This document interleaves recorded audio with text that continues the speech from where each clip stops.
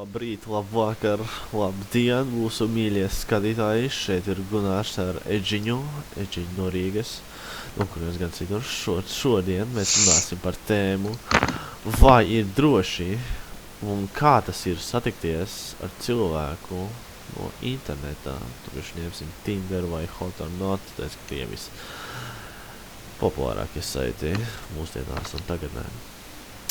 Edžiņ, kā ir tev pārspridumi? Kāds ir tavas pieredze bijusi par to, kāds ir izmantot šos saitus un kāds ir satikties ar cilvēkiem no šiem saitiem? Man pa lielam, man liekas Tinders un citi iepazīšanās aplikācijas ar telefonu, tas ir cits līmenis pa lielam. Jo, kad nebija tās aplikācijas, mēs iepazināmies kā. Mēs gājām draugiem LV, skatījāmies draugi online un rakstījām viņiem vēstules. Pirmā iepazīšanās. Tas bija iepazīšanās portāls.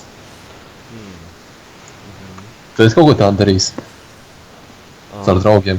Draugos bija tāda aplikācija, ka tev arī varēja tev iemet ar random cilvēkiem, kuriem pat čatot. Un tur izvēlies tikai ar meitenēm. Tur bija kaut kas līdzīgs kaut no tām. Es ko līdz 14 gadīgi esmu, pašam bija 10, tad es meloju vienmēr, ka man bija 13.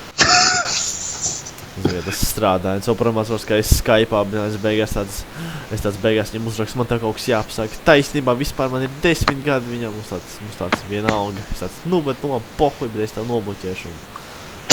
Jā. Reāli, ka tev var nolaupīt un izvarot.